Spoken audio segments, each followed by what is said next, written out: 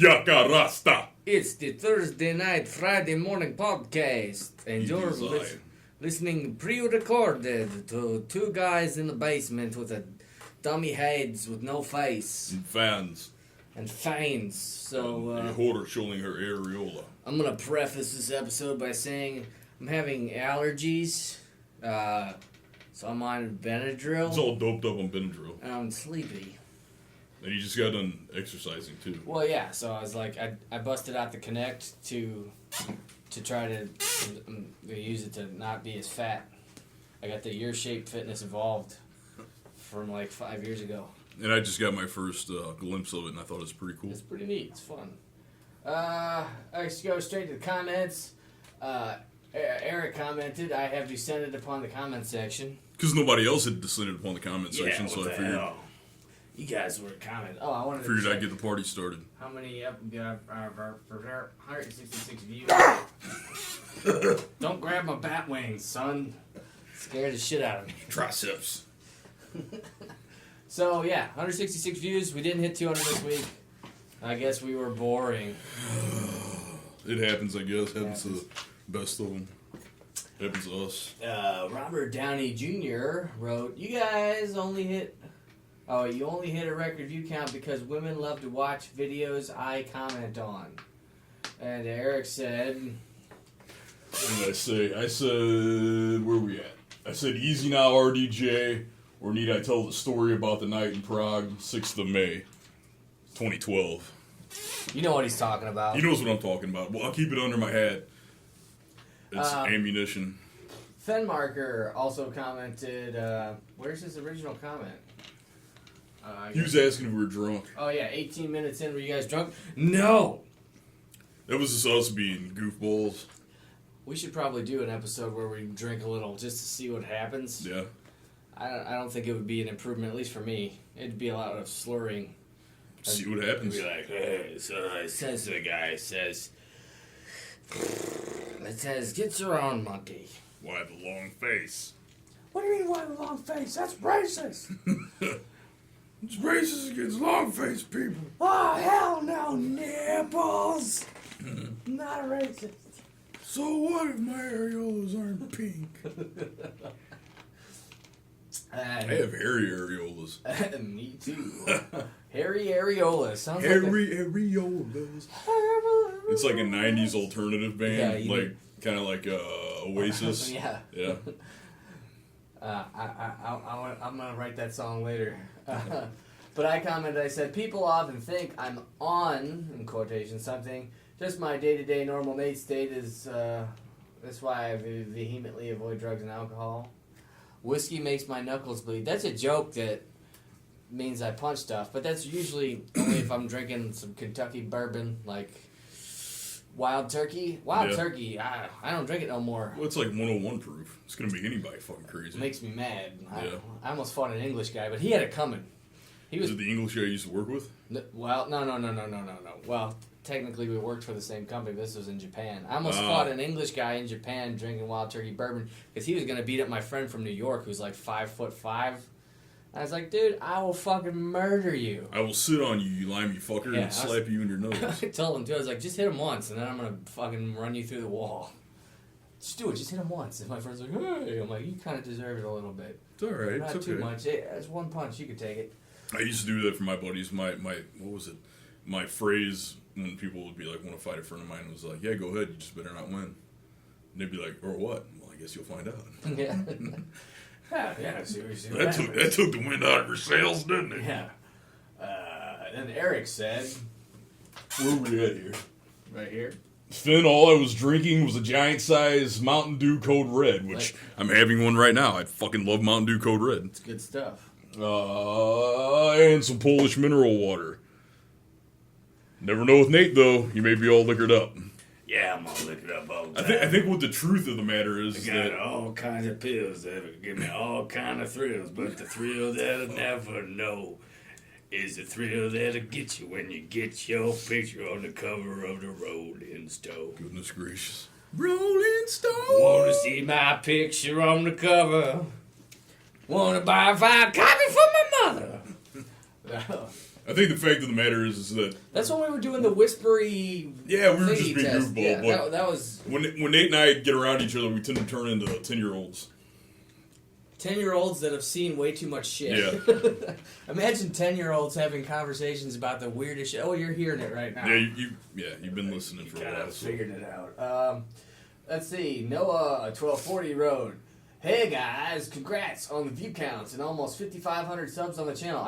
We did hit 5,500 subscribers this week. I forget what the total number is, but it's probably 56 or 57 by now. We get a few a day. Let me check the tally. About 55, 63. Not bad. Not bad at all. Man, Hunan beef with spicy black bean sauce is not the best entree to eat before a podcast. I would go usually before. If you're gonna talk, you want to eat some pineapple because the acid reacts with your stomach acid to calm the acid down. Or drink some vinegar, right? Yeah. Well, I don't know about vinegar. I don't want to tell anybody to just go drink a bunch of vinegar, but you can drink apple cider vinegar distilled in water. Distilled. What's the word I want? Mixed in water. Yeah, diluted. Diluted in water, and it's good for you. Let's see. Look up the amount to do. Don't just drink a bottle of it. Yeah. Let's see. He also says, keep telling stories about weird encounters and things in your past and folklore. Throw in some of the American ones to discuss as well. Here's some folklore you guys may not know about. I might mess part of this up, but most of the time you hear about folklore, it's all like old Indians or it's all from another country. There's no like true American like folklore type deal, right? Like of any kind of genies or shit like that. But there is one in America, and he is called O.W. Grant. Okay, and the legend was that a leprechaun came over with the Irish and got busy with the daughter of a Native American shaman and gave birth to a half Native American, half Irish, nomadic, wish-granting dude. So apparently this guy, he's a half Native American, half leprechaun, and he can grant you one wish. But he's kind of a dick about it. Like, for example, apparently a couple wished to be happily ever after they got married, so he blew up their car after their wedding, and so they were happily ever after. Yeah. Well, doesn't that tend to happen a lot? That's usually kind of like one of those careful what you wish for things. Yeah, he's a be careful what you wish for type of guy. So that's not like really American, though, if you think about it. Sort of. I mean, he was born in America, right. Created here, but yeah, he's sort of a mixture of both. And there's actually a film... It's one of those things, it's like, how do you put your finger on what truly is American? You know what I mean? Mm-hmm. Because Americans, everyone here in America is an immigrant. It's literally it's literally a melting pot of ethnicities. Yes, some might call it a tossed salad, but I don't think that term's appropriate. Yeah, that's prison slang for getting your butthole licked. Yeah, put the jelly on it. Let's see. And by jelly, he means butt jelly. Jelly. Let's see. Also, can you give a shout out to my new fishing channel I'm trying to get out there? The name of the channel is The Fisherman 1240. Everybody go to youtube.com/user The Fisherman 1240. And he contributed 1 cent per month to the Patreon. Every cent counts. And absolutely. If you'd all donate a cent. So go over and hit Noah up, and when you get over there, tell him that the listening point sent you. Yeah. And then... And we wish you good luck, Noah. Yeah. Good luck with your fishing. Megan, 4699, who's a young lady from London, or England, or UK. Or she's the one that you impersonated. Yeah. Yeah. You did your extra toothy Michael Caine impersonation. She said, "Oh my God, ha ha." That's not an accent, to be honest. Speak normal. That sounds normal. I know I should care about politics, but it's just boring. It's funny that... It's boring. What's her name again? Megan. Sorry, Megan. It's funny, Megan, that of all the stuff that we talked about, the only thing that you refute is the accent that Nathan used. It's boring. And the fact that we talked about politics. You said nothing about, like, we kind of made some cracks about the food over there, like eel. And it is bad food. I know it is, but it's just like, she's like, yeah, they're right. Well, yeah. No, I'll admit some of the fish and chips are fucking good. Well, yeah. I mean, everybody's got their dish of their country, the one that's good, but the word on the streets is that food in England and UK and whatnot is not good. Yeah. I mean, I've seen haggis. I've never eaten it. It does not. That's Scottish, right? Yeah. Yeah. Does not look appetizing. Isn't it? It's like minced meat. It's sheep heart, liver, lungs, kind of ground up and then boiled in the sheep stomach. Which is called offal, I believe is the word for like when you use the lungs and organs, it's called offal. It's awful. Which actually the Scots aren't the only ones that do it. Well, everybody eats the liver, but a lot of I mean like offal, like the lungs and shit. I believe that's a big thing too in Filipino food, and I believe like Southeast Asian. Any country where they're hurting to get food, they're gonna eat the whole. Well, I'll tell you right now. I mean, if I'm starving, I'll fucking eat whatever. I'll tell you right now. If I was a hobo, I would be a fucking dog food, canned dog food eating fucking motherfucker, dude. You would see me under an overpass digging into several cans of Alpo. Hey, it's cheap, man. It's like 30 cents a can. Yeah, I'm not gonna fucking starve. He's got the right idea. And it keeps dog food nowadays smells great. It's awesome. Go eat some, but don't do that unless you want to do it on your own behest. We didn't tell you to do it. Yeah, I wouldn't do it. I'm not that hungry. I've never been that hungry. Actually, I used to eat dog food. I used to eat dry dog food when I was a kid. You know what? It's not bad. It doesn't really have a flavor. Yeah, they used to keep the dog food. We had cabinets, like under the sink, and not the ones directly under the sink, but the ones to the far left. For some reason, they kept the dog food over there. And when I was a little kid, I'd open the cabinet and reach in, just get a handful and eat it. We kept it. We kept it in a big 55-gallon steel drum, where we kept like one of the ones that horse oats or something like that would come in. And I remember just being a kid, and I'd walk by and grab a handful, and I'm crunching on it. I don't remember. This would have been like Old Roy Walmart brand dog food, just the brown. It looks like lighter brown Cocoa Puffs. Yeah, and it had no taste. It just had a nice texture, and I was like, this is pretty good. This was Alpo. That's all my grandparents have ever fed their dogs, Alpo. So you can actually. Here's another fun fact: if you're really starving, if you can identify a daylily flower, which they bloom wild all over the place, you can actually eat the bulb. It's kind of like a potato. Right. Does not taste good though. Well, you can eat dandelion greens like a motherfucker too. They're really good for you. But my mother had a business selling daylilies that was like a part-time thing in the 90s, and I tried to eat the bulb of the daylily. I'm having a stroke. The daylily bulb, and it's kind of bitter. I mean, if you're starving to death and you know it's not going to be poisonous, you can eat it. But maybe it's one of those things you gotta soak it. Maybe. Yeah. Well, I wouldn't eat it raw, and I wouldn't eat it if I didn't have to. But you can. Never eat it raw. It's not the worst tasting thing I've ever eaten. You never want to eat it raw. Yeah, no. You always want to make sure it's cleaned. Exactly. Always. You don't want to go getting pink eye because you've been in the wrong place for too long. Pink nose. Exactly. Stinky chin whiskers. Keep it on, Arnold. Go231 wrote, "What about a haircut of death? Oh, we could do death metal. Maybe we should have Nathan Explosion come on the show." Haircut of death. See, I used to be able to do Nathan Explosion from season 1, but Brendan Small has since changed the voice slightly. It's more nasally. Talks kind of like this. Yeah. He sounds a little stuffed up sometimes. That's kind of how Nathan Explosion sounds. But I was big on Metalocalypse for a while, and I kind of fell off of it after season 3 because I didn't have satellite or cable or anything. Yeah. And I know he released Gibson versions of the Thunder Horse Explorer guitar as well as the Snow Falcon, which is an all-white Gibson Flying V. Yeah. But I tweeted at him this week and I asked him if he was going to release a Gibson all-white version Gibson Explorer that Squiscar used in the Death Clock opera Doomstar Requiem. Mm-hmm. And he said yes. And I said, save one for me, because they only make like 400 of each. Yeah. They charge like $1,700. Oh, shit. But that's the type of thing where I would buy it on my credit card, and if I was really hurting for money, I could resell it for probably double that. Yeah, I know what you mean. Because I've seen them on the internet. I mean, if you try to buy it at Gibson Thunderbolts right now. We could put that up on eBay. I could sell that motherfucker for you in a second. Alright, yeah, so I'm at eBay. I am an eBay hustling motherfucker. eBay.com. So let's type in... I mean, these guitars list for $1,600, $1,700. Let's go Gibson Snow Falcon. It's sold already. There was only one up. I guess it got bought, and it was listed for like $3,000. And go up there to the filters. Buy it now. there are no listings. Okay. Gibson, I could try Thunder Horse. Oh, here's a There's Gibson. the one, 1900. Yeah, 1900. Well, it's the opening bid. You could buy it now for 2500. Yeah, buy it now for 2500. These are limited run 400 guitars, and this is used, and it's 3 years old already. How long has it been up?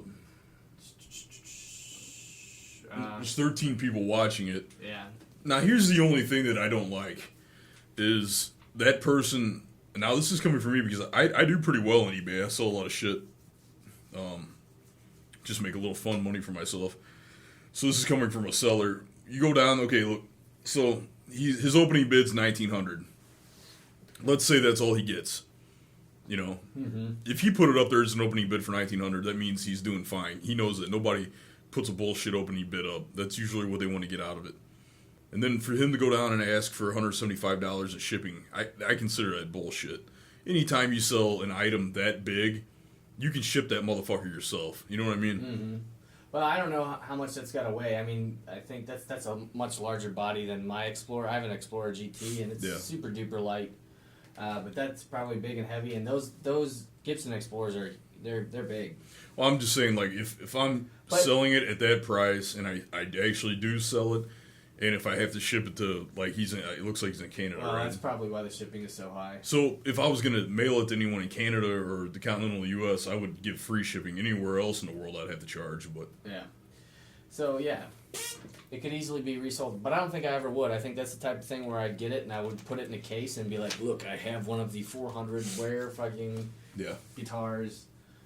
I want one. Hopefully I would actually try to use my credit card at Guitar Center today, but luckily it was expired, so I couldn't buy anything. What were you going to try to buy?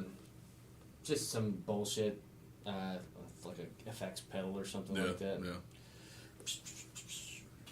Stuff I don't really need, but I was at Guitar Center and I was like, I gotta have stuff. I'm bored. I want to spend some money. That I don't have. I'm going to spend money on credit. And the guy's like, your credit card's declined for some reason. I'm like, bullshit. And I look at it, I'm like, oh, it only expired last month. Good thing, because I'd probably spent money I don't fucking have. Which I don't need to do. It's a bad habit. Last comment comes from Thriller Gorilla. Awesome podcast as usual, guys. Thank you, Thriller. It's great to know how you two are knowledgeable on so many topics, but still keep it funny. Well, I'd like to think the reason we're knowledgeable is because, I mean, when you're younger, like age 16 to 24, you think you know some shit and you've seen some shit. Most likely, unless you've done like active combat duty, you haven't seen or done anything yet. So that all just comes with age. And then you got to put a funny spin on it, otherwise it's depressing. Yeah. It helps to be cynical. You need to be realistic, but it also helps to be cynical. But you don't want to be the guy that's just, I don't want to touch on the Robin Williams thing here, but he died on Monday of suicide, and everybody was like, oh, how could he do that? But then it comes out on Thursday that he'd been recently diagnosed with Parkinson's disease. And not just that, but for years he battled. Yeah. He'd been diagnosed as being bipolar, even though he didn't think he was. And drug and alcohol abuse. Yeah, he had horrible depression, drug and alcohol abuse. Just remember that suicide is a permanent solution to a temporary problem. Absolutely. But at the same time, I am one who says it's his life. But the reality of the matter is that anytime you take your life, more than likely you leave in your wake a shitload of people who are going to have to... They're going to be stuck with your decision. You're making a decision that's going to complicate other people's lives. And it doesn't affect your life anymore. Your life is over. It's over. You're making everybody you know have a harder life. Yeah. Basically. So, and honestly, and a lot of people, when you get in I've been there. When you get in one of those corners of your life where you feel like it's the darkest, gloomiest, it's always going to fucking get better. I can promise you that every day you'll open your eyes and the sun will rise. And I'm not using this in the sense of like if you have a terminal illness or anything. I'm not trying to pass this kind of shit off on anybody like that. That's a whole nother subject. But if it's other stuff like your girlfriend broke up with you or your boyfriend, anything like that, or you're having a hard time in school, you seem that you can't manage to get along with your peers, stuff like that, just hang in there. Well, here's the advice I'll give to the young men out there who get upset when they're like, my girlfriend's mad at me. So, In 2 days, she won't be. Or, in 4 days, if she still is, you try to work it out, and if you can't work it out, you move on. Exactly. Sever and release. You can love someone all you want, but, loving people is not always enough. Right. It's a two-way street. Back to the comment. Thriller Gorilla also wrote, Eric, I'm looking forward to hearing stories about Vodnik.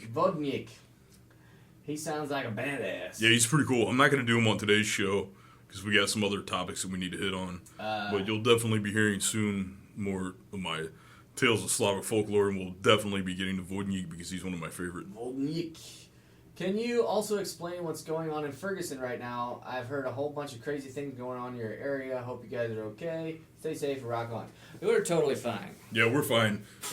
We tell everybody we're in St. Louis because if we actually told you where we were... You'd be like, what? Yeah, you wouldn't be able to comprehend where it is. We basically live in the outermost green of what would be considered a St. Louis metropolitan area. Yeah. We're in the bi-state region is what they also call it. Mm-hmm. Or bum-fucked Egypt. Yeah, so we actually live in Illinois, but we're directly across the river from St. Louis. So, we could get to Ferguson from where we are, where we're broadcasting from right now. We could be in Ferguson in about 35, 40 minutes. Yeah, 35, 40 minutes. So. Yep, so.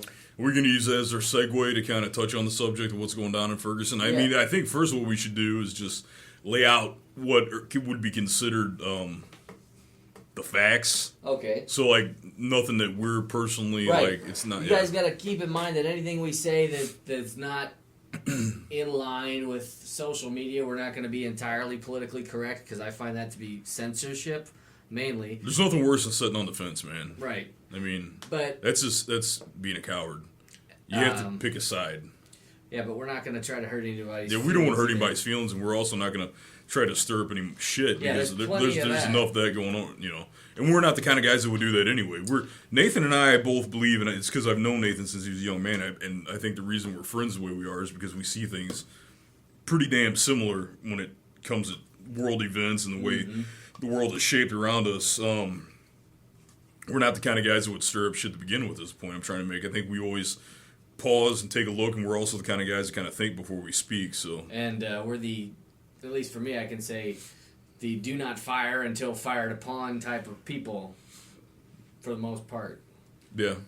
So, but yeah, you want to run down the events of Ferguson, and we'll take before we even go to what's currently going on in Ferguson. We'll break it down day by day, because they've been releasing information in the shittiest fashion. Let's just kind of explain what Ferguson actually is. Okay. Ferguson is actually, the thing about St. Louis is, and I know there's some other cities that are this way. I believe Dallas, Fort Worth is laid out that way. You're from LA, so maybe you can. I believe LA is laid out kind of the way St. Louis is. Yeah, there's a bunch of municipalities within the county. So what happens here is we have what is St. Louis City. Now, people that live around here, we call everything kind of around that St. Louis, because around that are counties. Mm-hmm. So you have St. Louis County, which encompasses what would be considered the inner city portion of St. Louis. Then outside of that, you have several other counties, and they're basically just split up into whatever the direction is from St. Louis, right? Or you just looking at like a compass, like a cardinal compass. There's literally north, south, east, and west counties. Right. Well, yeah. East is basically the city. Yeah. The city. So, right. So when you look at a map, when you look at St. Louis, to the north of St. Louis is North County, which is where Ferguson is, Jennings, Blackjack. Those are the areas that encompass North County, which is North County St. Louis is actually how it's referred. Then when, obviously looking at the map, head west, it's West County. West County is like Creve Coeur, Manchester, Baldwin. That's considered West County. A little bit more upscale. Yeah. And we can touch on that too. And then you have South County, which is the portion of St. Louis closest to us. It's literally directly across the river from where we both live. It's kind of more your blue collar, wouldn't you say, Nate? Yeah, it's a lot of shopping malls and but I mean like the demographic. Yeah, demographic wise, it's they're blue collar, but they're a little bit higher on the. It is upper middle class. Yeah, right. There's no high rollers. You're not going to see a Porsche Panamera flying around in South County unless he's trying to get to West County. Yeah. So. And then due south from them to the east, southeast is where we are in Illinois on the other side of the Mississippi River. And then, as we said before, if you head due east within Missouri, that is where you find the inner city and the city of St. Louis. So what's taking place that everybody's talking about is the incident with Michael Brown. That's going on in Ferguson, which is a municipality within North County. Historically, I don't know if that's a word I should speak. I don't know. I guess let's say historically within the generation that Nathan and I reside in, North County has been sliding downhill my entire life, really. Yeah, especially in the last few years since the recession hit. Even when we were little young whippersnappers, North County was not a very good county. No. Poverty was high. I don't know, like, what else is a good... I'm trying to be careful with the words that I use because I don't want my words to be misconstrued as if I'm trying to be racist, because I'm not. I'm really not. North County has always been predominantly a black county. It's the majority of the population within are African Americans. I'm not saying it's a bad thing, but the fact of the matter is that its population density is made up of African Americans. I believe it's like 68 or 70%. Right, black. And of those African Americans, they live well within and below the poverty line. So that's like talking about when we were kids in the 80s, and as Nate said, it's gotten progressively worse every decade they're in. We were just talking to Mom, and she worked up there for a while. Yep. with her company she works for. Yeah, running crews and stuff like that. Yeah, and she even said that, she knew how the county was previously, and then near to the times of now, and then when she started to have to go up there for work, she was shocked at how bad the area had gotten. Mm-hmm. Yeah, it's been on a downhill turn. So you have what takes place now is it's a rough neighborhood in the region to begin with. You have a huge group of people who are struggling in one way or the other. Struggle breeds violence anywhere. Yeah, there's a lot of crime that takes place in North County previous to any of what all the other people in the nation are just now starting to hear about. Well, what's going on there? That's the same shit that's been going on for the last 40 years. It's just somebody the wrong color killed somebody the wrong color this time. If you don't live in North County, and if your business, your place of work, or whatever you do does not take you to North County, typically people don't go in there. I mean, I've heard stories of people... Well, I actually had a buddy of mine that worked construction, was in North County, and just caught a stray bullet in the shoulder. Yeah. There's a young man, I won't say his name because I haven't seen him in a couple of years, but there's a young man, I used to run a security crew downtown St. Louis at a bar close to the ballpark, I'll just leave it at that. And I hired him, and he and I became really good friends. And he was a young black man, and came from a really good family that had been in North County for a long time. Mom and Dad had this young guy that I hired and became friends with, and then he had like 4 other siblings, and his parents did anything and fucking everything in their power to provide he and his brothers and sisters with a good home life. And unfortunately, it was the city there around them that caused all the problems. But anyhow, he continued to live up there. He and I worked together for 2 years. And then right around the 2-year mark, this happened. He left his house and was getting into his car to come to work in the evenings because we were running security crews at night. Mm-hmm. And he got held up at gunpoint by a motherfucker that lived 2 streets up from him that he had known since he was like 8 years old. No shit. Yeah. I mean, and my buddy was a young black youth. I mean, he wasn't like... Oh, man, he was about 24 at the time, so he wasn't like a kid by any means. Right. And the other thing is that, too, I want to bring up is he was people in St. Louis know him, he's a 3-time back-to-back-to-back Golden Gloves champion. That's fucking unheard of, winning Golden Gloves in his weight category 3 years in a row, and he did it. So the person that held him at gunpoint, like I said, he'd known my buddy for a long time. He didn't give a shit. That would be like me going up to somebody I went to school with and be like, "Hey man, this is a gun.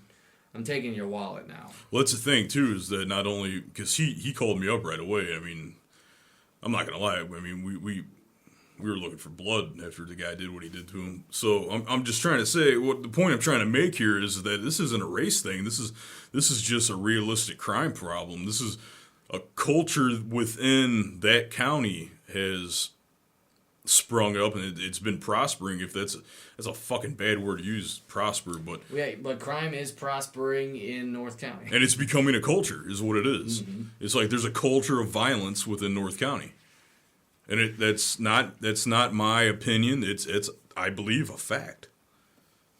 I think the statistics prove. Yeah. And the thing is that the crime, we talked about this earlier, the crime, being that North County is predominantly made up of African Americans, when you sit down and you look at the crime rate, it's staggering to see that the number one belligerent of crime against African Americans are other African Americans. Mm-hmm. And the point of me saying that is I just simply want to lay out a baseline that this is not race related at all. It's not race related, It's there's a community in North County. It doesn't matter who it's made up of. The crime rate is higher than normal. And it just so happens it's higher than the crime rate in St. Louis City, which is ridiculous. Because and here's the thing: St. Louis has for I don't know, has it been 4 or 5 years I think or something, right? It's always in the top 3 of the most dangerous cities within the United States. It was 2010. No, I was in California at the time. I think it had been 2010 or 2011. St. Louis had the number 1 murder rate. Yeah. One of those years. I believe the first time we hit number 1 in recent years, because I know it was up there one time again in the 80s. Mm-hmm.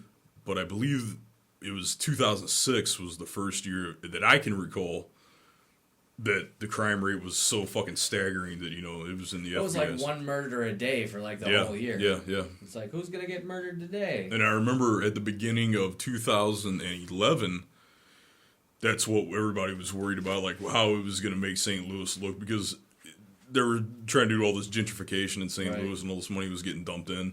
And then I remember the very first month, January of 2011, it was fucking crazy. There was like 46 murders or something. Basically, the statistics were that you were more likely to be killed in St. Louis than you were to be serving in, like, Afghanistan. Yeah. So, now the point that I was trying to make is that a shitload of that crime that gets reported as being crime-related to St. Louis, it comes out of North County. Man, there's another point I was going to try to make an account. I've lost it now. I basically, I think we're just trying to lay out a baseline for you to understand. North County's not a nice place to live. Man, we could pull it up because I wish I would. I was thinking about it. I don't expect you to because I would have to find it. But I was reading about it. It was I believe it was 2012 that it was going around that some of the gangs up in North County, they call it like open season on the cops up there. Do you remember that? Vaguely. I was living in Los Angeles at the time. But what happened was some of the street gangs that exist up in North County. What do you got there? What was this? The 2012 crime rates. I don't know what this number means. It says the homicide is 35.5. What does that even mean? I guess that's the total number of murders. No, that's the percentage. Isn't that the percentage out of total violent crimes? No. Because robbery's 557.9. I think that's the total number of... Oh, yeah. Look down there. Total violent crimes. So you get 1776 right there. So I guess that's the breakdown. I guess if you add all those numbers up... In 2012 was 35.5 murders, 62 rapes, 557 robberies, and 1,120 aggravated assaults. Aggravated assault. And aggravated assault means that the violent offender used a weapon in the assault. Aggravated assault is a stronger form of assault, usually using a deadly weapon. Deadly weapon is sometimes dangerous weapon is a statutory definition listing certain items which can inflict mortal or great bodily harm. So, there's your definitions there. Most dangerous city rankings. In 94, let's see, Morgan Quinto, a private research and publishing company purchased by CQ Press in 2007, began publishing reports that named St. Louis among the most dangerous cities in the United States. Although the methodology for the reports changed during the 90s, St. Louis retained its ranking in the top 10 most dangerous cities, and it was named the most dangerous city in the United States 3 times, most recently in 2010. Okay. So, we have laid out a baseline of what the environment in St. Louis looks like. It's not good. It's not good. St. Louis City alone is a dangerous place. So, if you take into account that St. Louis City is a dangerous place, and then when we've broken it down for you and explained the outlining municipalities, how they're categorized within counties, right? And we sit here and we tell you that North County produces more crime than, St. Louis City, that should give you a pretty good definition of what the environment looks like, what the landscape up in North County is kind of about. Right. So if you're a police officer in the bad part of one of the top 10 and usually top 3 worst cities in the country, you're going to be a little bit on edge. You're in a war zone. By all means, I would say that's a fucking war zone. Would you not? Mm-hmm. Would you agree with that? Well, yeah. Like I said earlier, you're more likely to be killed there than in serving in Afghanistan. I mean, you're a man or a woman in a uniform, mm-hmm. and you're armed for a reason. Right. And you're in this area attempting to establish law. Right. And you're outnumbered by the lawless. You're Judge Dredd in Mega City 1. Well, let's not say that they're Judge Dredd, because that's kind of... No, it's basically probably the mentality they get after well, a while. I don't know if we should, because that means that they think that they're judge, jury, and executioner, and I don't think that's something we should really say. Yeah, it's not the case. I'm sure there are some bad cops out there like that, but they're not all. They're bad cops anywhere, you know what I mean? That's what I'm saying. You could go to one of the smallest podunk fucking towns that we live in here and find a fucking jack off. That is true. But anyway, so what we knew at first was that there was this 18-year-old young man, and who, how big is he? 6'1", like 6'4", they said. 6'4", like 300 pounds. Right, that's a big guy. He's big. That's a big fucking guy. Bigger than both of us. Yeah, so not combined. Not combined. That'd be a huge dude. That's a huge dude. But yeah. So he's a big dude. I mean, even though he's 18, he's got a beard. He looks big. He's intimidating. And I'm going to let you do this. Let's lay out for our listeners the way that it was initially presented to us. How they presented it. The way it was presented to me, the first information I got was that this policeman, who shall remain nameless, rolled up on these 2 young gentlemen walking down the street and said, "Hey, get the fuck off the street!" and was yelling at them and was being a jerk. And then at some point, allegedly, Michael Brown got back in the cop's face, and the cop drew his weapon and shot Michael Brown multiple times. They say he shot him in the face initially, right? Allegedly. I didn't hear where he was shot. Yeah, allegedly the story that is trying to come from one side, the way it was originally presented to us was that this cop basically just ran up on these kids and then gunned them down. And while sitting inside the car, somehow reached up out of the driver's side window, grabbed Michael Brown. Now remember, this is allegedly. Everything I'm presenting here is alleged. Who's the size of your average football player? Yeah. Somehow this police officer reached out of the driver's side window of his cruiser, grabbed Michael Brown by the back of the head, and attempted to pull him down into the car. Yeah. And at some point shot him in the face. Now, I would like to believe that all of our listeners are relatively intelligent people. I really do believe that. And I think if you take a moment to sit in your car or picture what it looks like when you sit inside your car, because a police cruiser, it's a Crown Victoria, or maybe it's a new Taurus SHO or an Impala.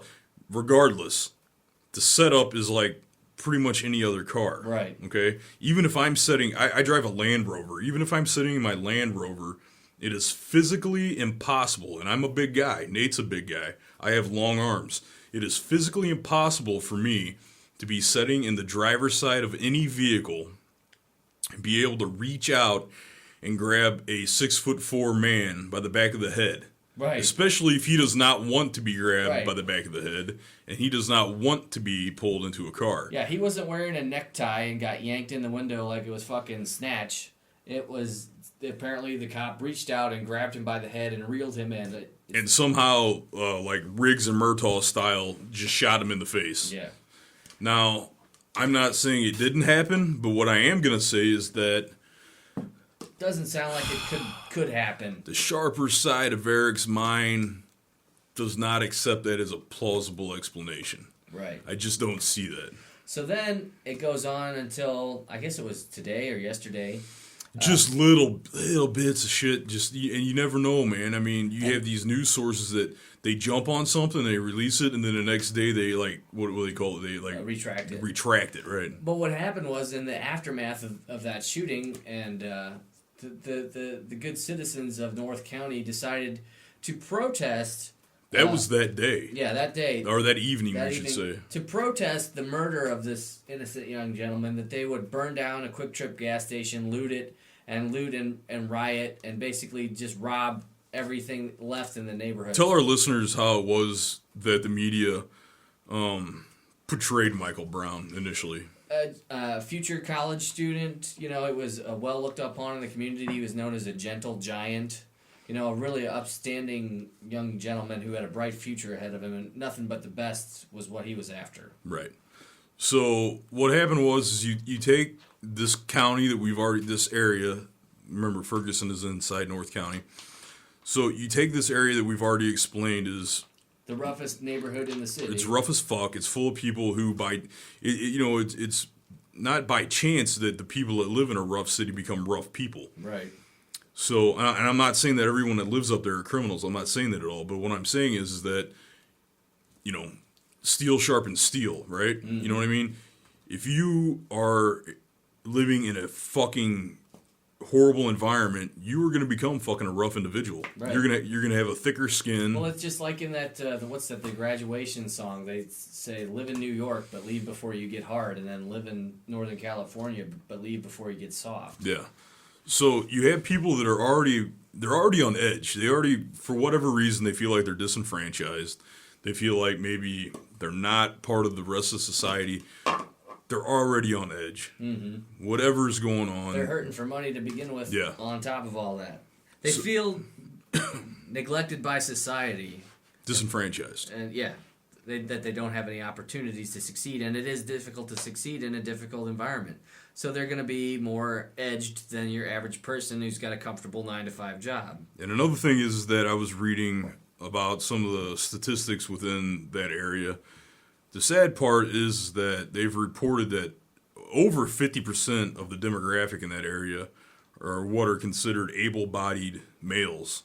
And what I mean by that, and what they mean by that when they say able-bodied males, is that they're young males too. I think it was something like 19 to 28 or something like that was the age range. Mm-hmm. So they're young males, able-bodied, mean they're completely capable of working. But unfortunately, they are not employed, be it by their own choice, be it by they just can't get work. Or because they started burning down all the businesses in the neighborhood. Well, we're going to get to that. We'll get to that part.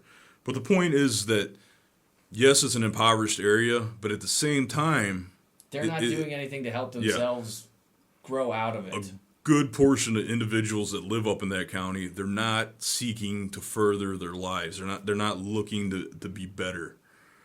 They're looking to capitalize on the weaknesses that exist in their society already. At one point in time, man lived in the desert, but man walked the fuck out of the desert.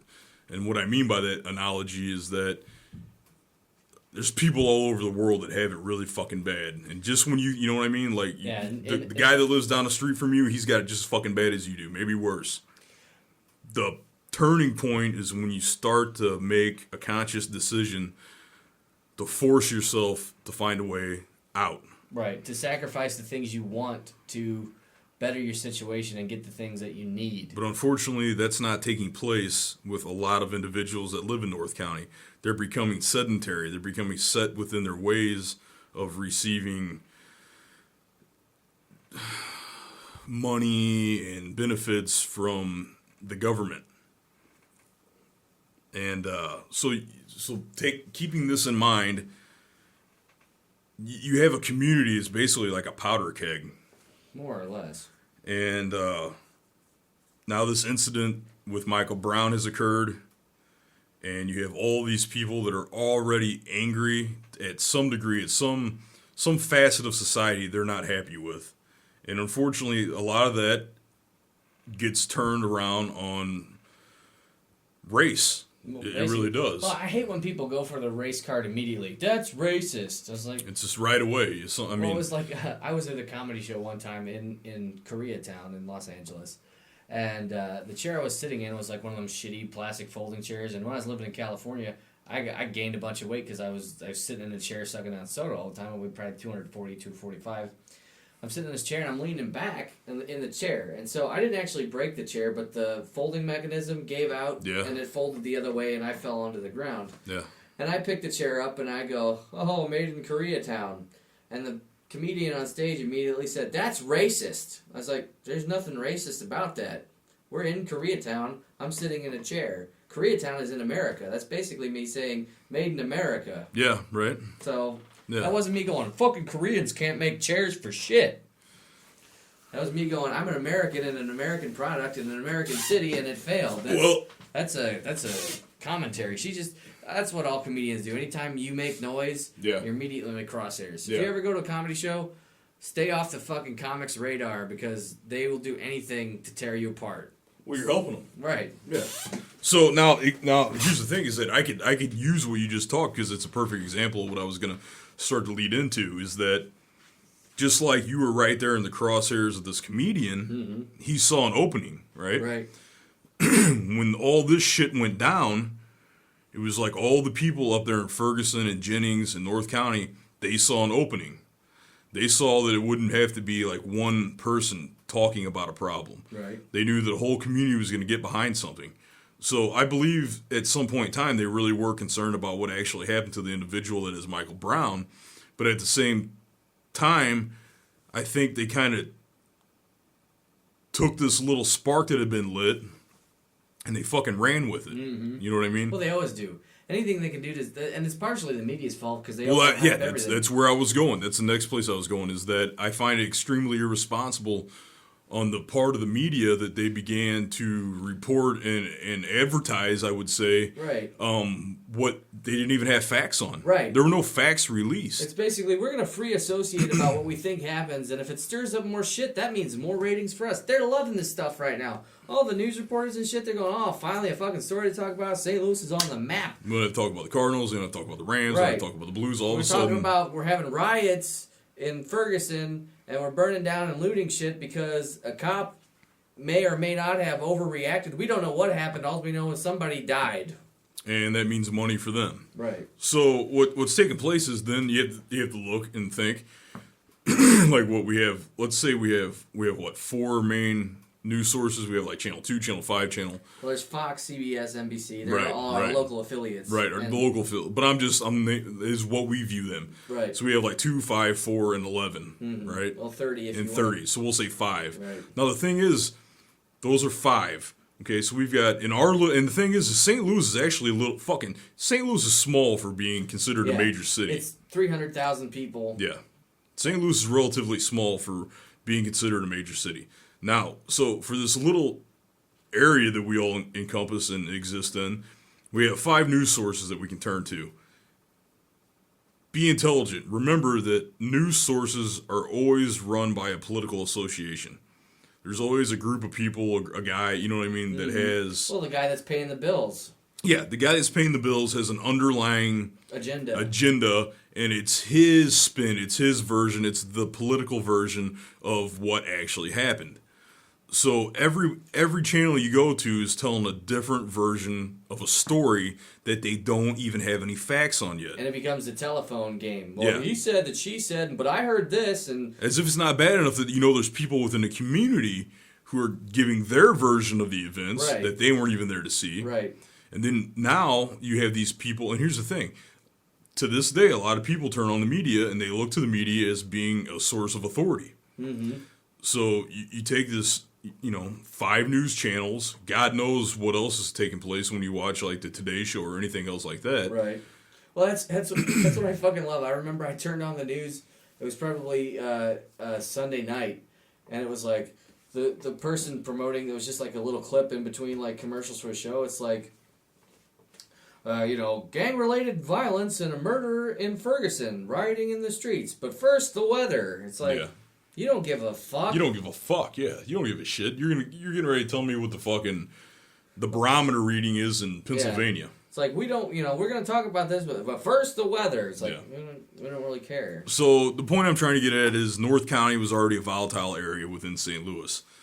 Now this really shitty situation takes place, and now you have the main media outlets just fucking running with it. Mm-hmm. God knows where they're getting their information from. Yeah, I talked to a stray dog on the street, and he told me, bark, bark, bark, bark, and I've interpreted that as the police officer opened his door into Michael Brown and then fired 6 shots into his left leg and the 7th into his forehead. I'm assuming this is a Corgi I spoke to. Corgis are a very reliable dog breed. It's well known. Right. So that's kind of how it looked. Now, leading up from what we just talked about, the news sources running with it, the community let's not even leave this out. It's fucking summer. Everyone knows that violent crime soars in the summer. You know the higher the temperature, the higher the crime rate. The hotter tempers get, yeah. So it's summer. The media has something to talk about. An actual real shitty fucking situation happened. Nobody knows what the fuck happened. The only people that know is God, the police officer, Michael Brown, and Michael Brown's buddy that was with him. That's the only people that, as of right now, I can promise you knows what happened. I can't believe they didn't find one single cell phone video of this shit. Because, anytime anymore, and it's legal to do it, as far as I know, is to videotape the police. Yeah, that's something else I wanted to talk about, is that, yeah, it is. It's 100% legal for you to videotape the police, as long as you are not physically impeding upon them doing their job. Yeah, if you want to look it up, and I don't expect anyone to trust me, you can go to the ACLU's website, and there's a. You just got to remember though, if they can construe you as in any way of getting in the way of their investigation, you're gonna get fucked up. But just also keep in mind, if you see some fucking heinous shit going down, and you feel the need to videotape it, you fucking do it. From a distance. Make sure you're not, like, all up in the guy's grill and shit. Right. You can record it, and legally, they cannot confiscate your phone. They cannot confiscate the media in which you're recording them on. It is your right to do that. So, if you want further information about that, go to the ACLU's website. They talk about that, amongst many other things that protect your civil rights. Really, really, really, really shitty situation happens in the summer in North County. An already volatile environment. People with no information are providing disinformation to the news outlets who are already just waiting for a great story to run. And those same holy people, shit, drama, violence. It's like an episode of CSI happening right here. And those same people who believe that they can trust these, news outlets. They listen to what's going on. It's a bunch of fucking bullshit. They get more pissed off. It just stirs up the shit even more. And what happened that night? And then there was a riot, basically. Mob action. These people they burned down convenience stores after they looted them. Well, first there were other places too. I think they got to Walmart too. Oh, I heard the Quick Trip was the first. The Quick Trip was the first. It was the night of the shooting. Basically, you just see people with no mask on or anything, just pretending like they're shopping. They just walk out of this place and then they set the building on fire. Well, yeah, I saw some. I saw cell phone footage. Yeah, of that. I saw some cell phone footage, and the thing that disturbed me the most was I saw the cell phone footage of it on Facebook and a couple other areas, and it was being recorded. You could tell from an iPhone or a smartphone, whatever the fuck you want to call it, Android on your shit. But what I saw several mothers. And I saw some very young children standing directly in front of this Quick Trip as people were... The windows were fucking smashed out. Right. And people were just running in and out, just grabbing anything that they could. And what really pissed me off about it is it's bullshit to do that to begin with. Right. And I don't think you don't have to be that intelligent to understand that. It's just fucking complete bullshit. But there are little kids there. You're already... Having a child there, number one, is dangerous. Right. That's shitty on their part, just as a parent. But also at the same time, is how are you destroying that child's view of society? Oh, when I was a kid, we used to ride and loot Quick Trips all the time. If we got mad, if we didn't like the way things were going, we'll go burn down a fucking convenience store. Yeah, that'll show them. That'll show them not to murder our young youth around here. We'll burn down all the Quick Trips. And that's what makes me mad, is that they use that as an out. Right. You have a bunch of shitty individuals, something happens, and they use that in vain. Right. This had them burning down and stealing shit out of that Quick Trip had absolutely nothing to do with the death of that young man. Nothing. It was an excuse to do violence. Yeah, they saw an out. They saw an excuse to get away with some shit. And the thing is, it didn't even end that night. Nope. It carried on. And here's the thing. You know, they burned down and looted a Quick Trip. And then they broke in and robbed a shoe carnival, which is like it's a chain of shoe stores. It's like outlet shoes. It's like outlet shoes. Yeah, it's something around here in the St. Louis area. I don't know if there's shoe carnivals anywhere else in the U.S. And then there was a what we'd call a rim shop, which is where you go buy aftermarket wheels for vehicles. You know, size 20 and up. Yeah, and it was looted and robbed, and everyone says that they're doing it to show their outrage for the death of Michael Brown. That makes... Yeah. How can anyone accept I'm mad that they killed this young man, so I'm going to steal some wheels from my car. And my car having big wheels will show everybody how mad I am. I'm fucking mad. Bullshit. Did I tell you I'm mad? Look at this. That guy's got 24s. He is the maddest motherfucker around here. That here. motherfucker is mad. 24s, he mad. They're going to hand them down to their children so that their children can remember the anger that Grandpappy had. Remember your grandfather. 2014. Hey, don't steal my wheels. My grandfather gave me those when Michael Brown was shot. Yeah. Those are memorial wheels. And he stole some flaming hot Cheetos. Yeah. But since we're coming up on an hour, we want to get to this little, piece of information that came out. Got dropped today. Yeah. Michael Brown was leaving a convenience store. This is on video. On video. We have a surveillance camera footage of this. So maybe could you link? It's on Yahoo. Maybe when you put this up. Yeah, I'll throw a link up. I'll throw a link up. But there's video of this young man who was a gentle giant and was going to go to university and get a degree and crawl out of North County and bring everybody with him to the top. But instead, what he was doing was stealing cigars from a convenience store. Not a couple cigars. He was stealing what's basically a carton, like a 40-pack of cigars. Here's what happened. Okay. Michael Brown is shown on the video. He goes up to the clerk. He says, "Let me see those cigars." The clerk hands him a box of cigars. He hands them to his buddy behind him. And the clerk says, "Hey, man, you got to pay for those." And you see Michael Brown lean over the counter, and then his buddy actually put the cigars back. But then Michael Brown grabs the whole carton of cigars, and then they start to leave. So this clerk... The shop owner, who was... I couldn't tell what ethnicity he was. He looked maybe Indian or Pakistani. But he was an ethnicity himself. Right. He was not a white guy. He's a short, older man. And he goes to confront this 6'4". He was a little bitty guy. Yeah, I'd say he was probably about 5'9". Yeah. He goes to confront this gentle giant, who grabs him by the collar, shakes him around, and he had him in a rape choke. Right. And then shoves him out of the way and walks out the door. When Michael Brown walked out the door, the police officer yelled at him for walking in the street, had no idea he had This wasn't immediately. Right. This wasn't immediately. Right. Michael Brown and his buddy were making their escape, I guess is one way you could say it. Basically, and they were impeding traffic with their freshly stolen cigars. They were walking down the middle of the fucking road. And this police officer allegedly just happened upon them and simply being a peace officer said, hey, mother, he didn't say it like that. He said, hey, get out of the street. Because they were literally blocking traffic. People are having to go around them, which could cause other accidents. Right. It's summer. There's kids out fucking everywhere. So Michael Brown, thinking he's in trouble for the crime he just committed, even though the cop hadn't even gotten a bolo or nothing had been broadcast yet to him, he hadn't received any reports. So they got into an altercation somehow, and Michael Brown ended up shot to death.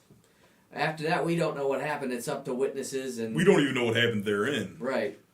All we know is the way that the community portrayed him to be. Right. The community portrayed him as a saint, and it turns out he had a previous record too. I forget what it was. You can view it online. He had other arrests on his record as well. He was a couple little tips I just want to just kind of touch on. Yes, Nathan and I are both bringing to light the information that we've received that he was involved in stealing. Now, us saying that he allegedly committed a criminal act by stealing, and he rousted the shop owner, which that's assault. I believe that's second degree assault. Because he literally grabbed him and right. He put his hands on him. Right, he bullied him, basically. Yeah. He just shoved him around and shoved him out of the way. And by doing so, he stole merchandise from that man. Right. So that's a violent act. Okay? Now, what I'm trying to say is that right there creates a baseline for us to judge him as an individual. He had no problem walking into a shop, stealing from the shop owner, and violently accosting the shop owner. Okay, so that therein shows proof of a violent tendency. Okay? Right.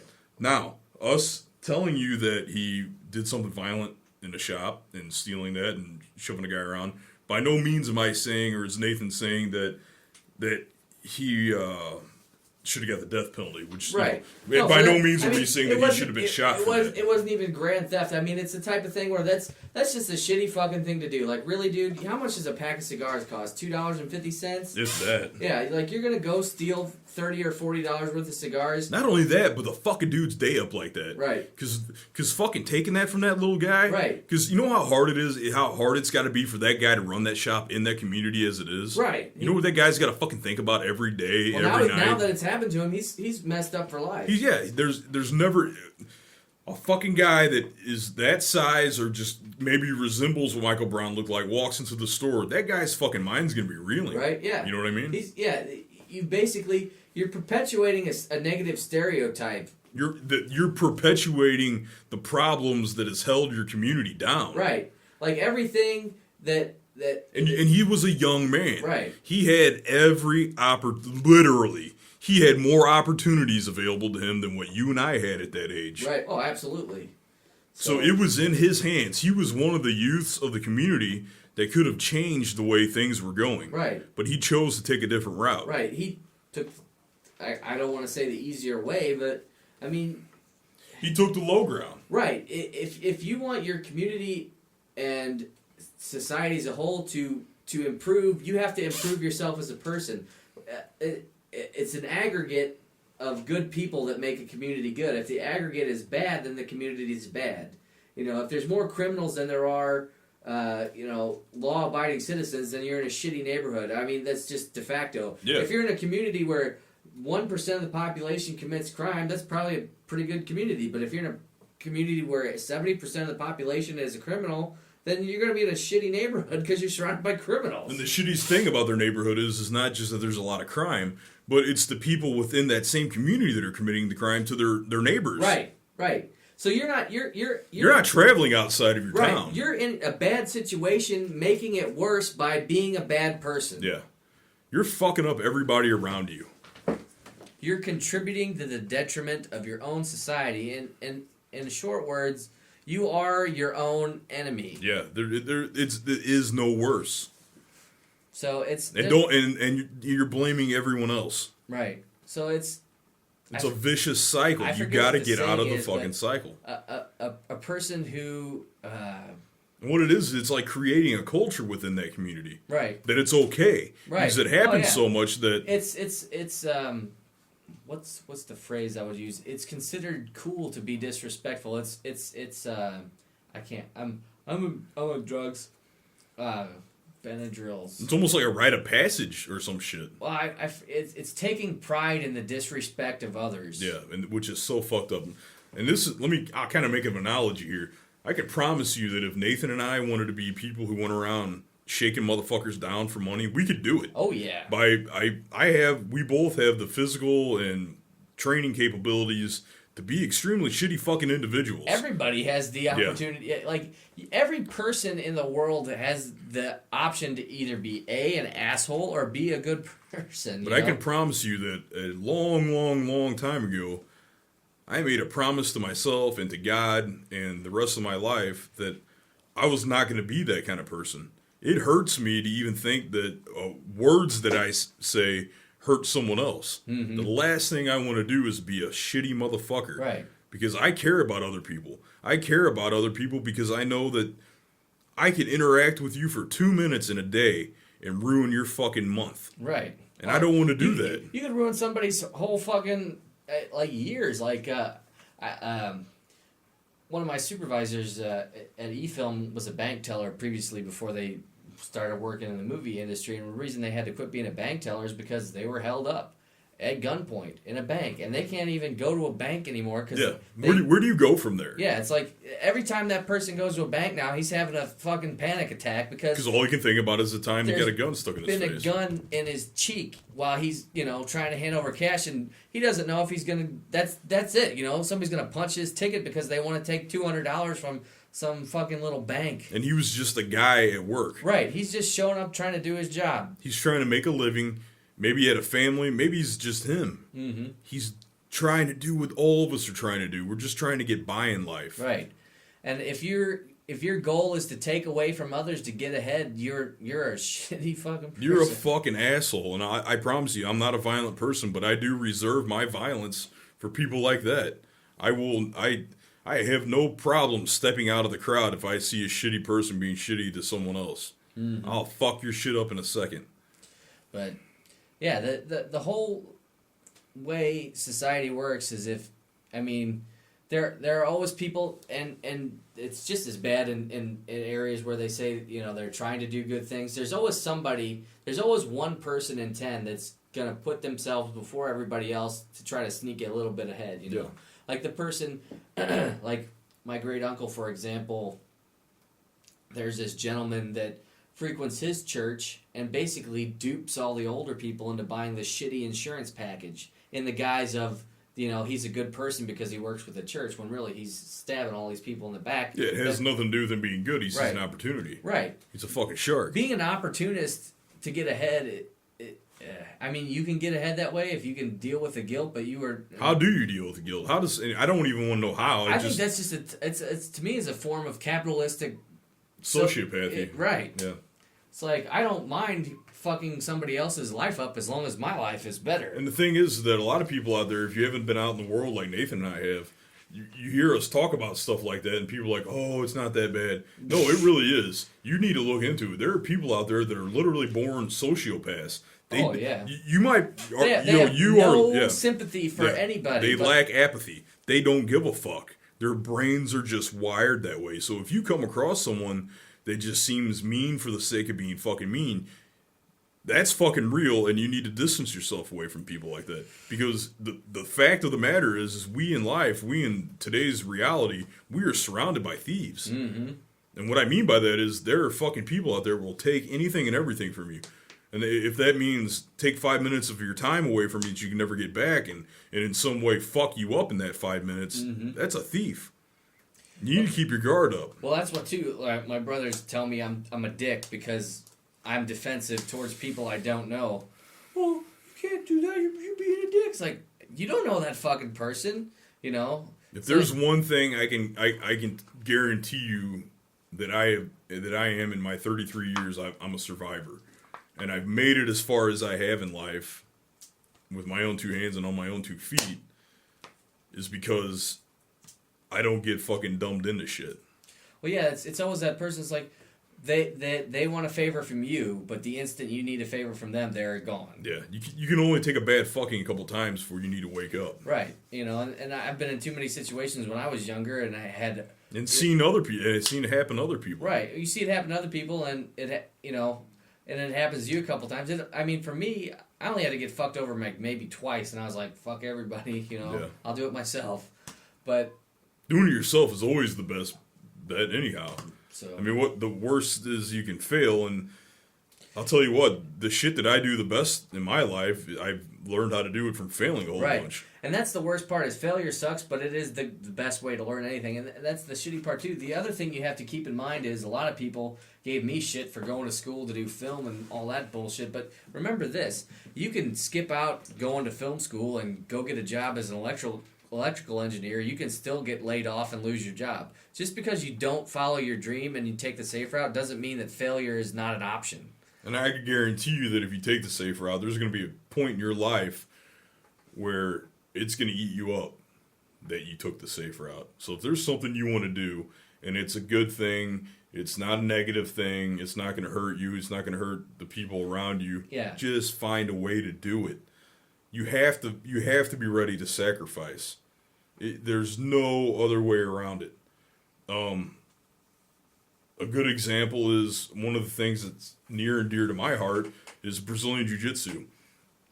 And a lot of people don't see it because it's one of those things they don't want to glamorize it because you can't glamorize it. That was a poor choice of words on my part.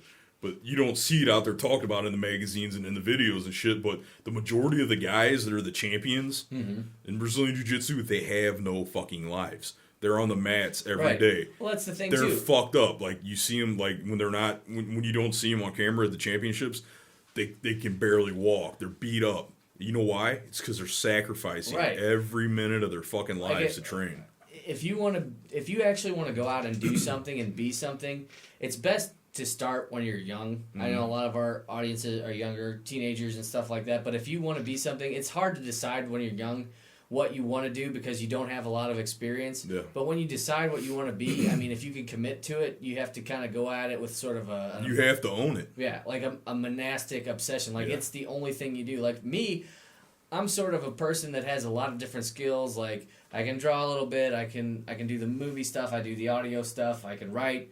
You know, I've got a lot of ability that is not honed. You know, I'm average at a lot of stuff.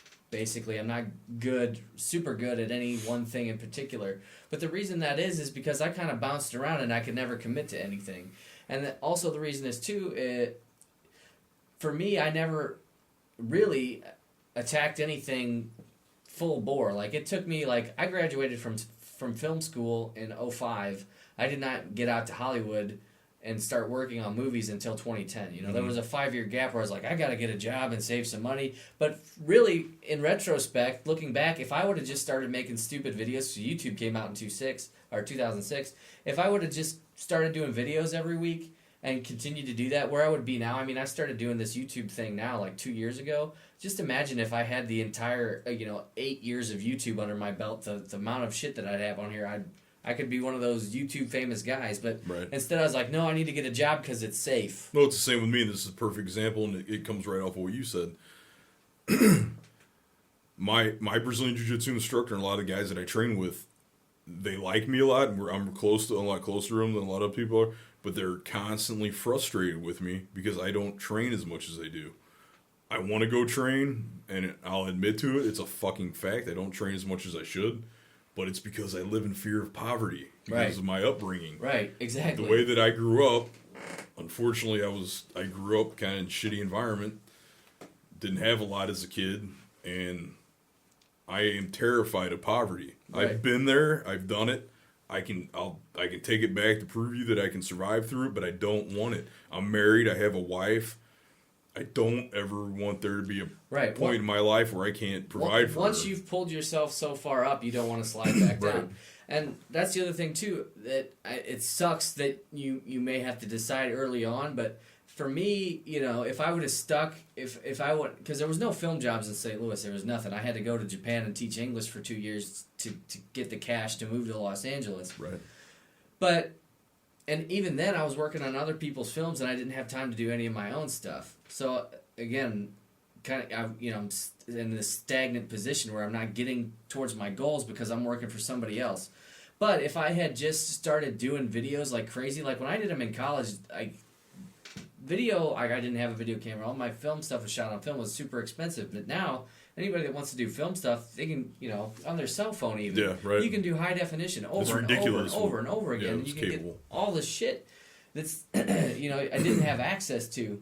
Think about, like, what if Guillermo del Toro would have had that when he was... when you're young. But, like, what I'm trying to tell the younger group now is whatever you're passionate about now, don't let it become a hobby or a slip into the background, because by the time, if you hone the ability in your youth, by the time you're an adult and you're paying your own bills, like right now, if you're below age 18, or even for most situations now, if you're under age 22 and you're still getting support from your parents or guardians or whatever, take advantage of the fact that you're not paying your own bills because take advantage of the time that you have on your hands. Right, because use that time. Because listen, you don't understand how much time you have until you're standing in front of a Xerox machine for 10 hours a day, catching booklets, wishing you could be doing the stuff that you put off to go play video games for 2 hours when you should have been practicing your craft.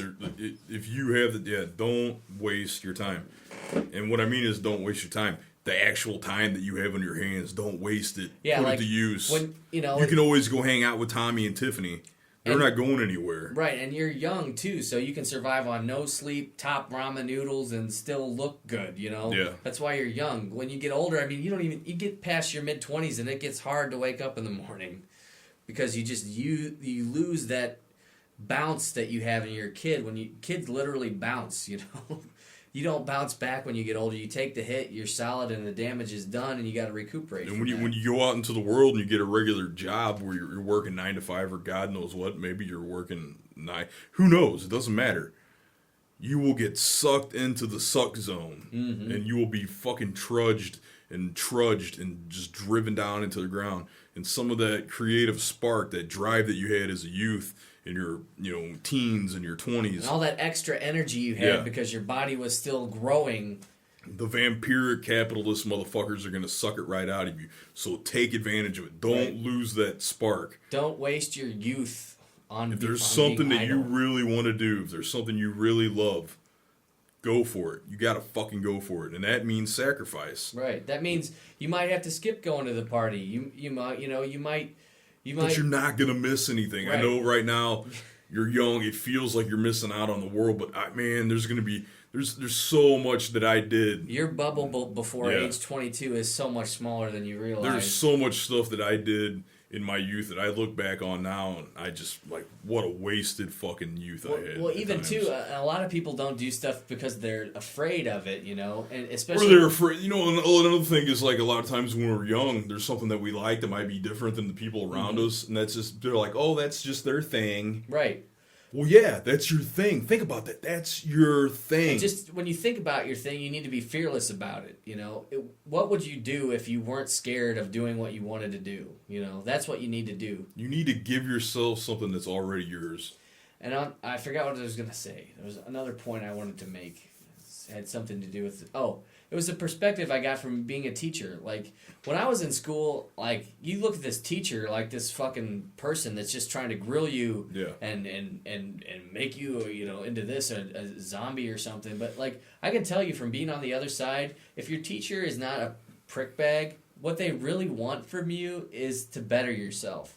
And when they ask you those questions that you hate and get singled out, they see potential in you. That's why they called on you. And they want you to exercise your potential because they see it inside you, even if you think they're just being a dick. Whatever you do, don't fucking fade into the crowd. There's nothing worse than getting caught up into the current way of thinking of the crowd. There's no reason for it. There's never been a person that was just part of the crowd that ever did anything worthwhile. There was never any person that was just part of the crowd that we talk about today. I can promise you the people that we talk about, the legacies that have been left, those people weren't part of the crowd. Don't be a part of the crowd. I guess we'll end the show on that note, but again, what we're trying to say is don't become a product of your society, No matter how shitty things may seem around you, or how much better other people have it. Yeah. There's tons of people that have come from nothing and done great stuff. And there's tons of people that have everything in the world that haven't done shit. Exactly. So don't be afraid to fail. It's your life. Take that motherfucker by the horns and make it yours. And and I guess we'll call it a show. That's it. So, I'm Eric. I'm Nate, and leave your comments or questions or what you're passionate about below. We care about you guys, and we want you to take care of yourselves and take care of others. And we'll see you next week. See you guys. Later.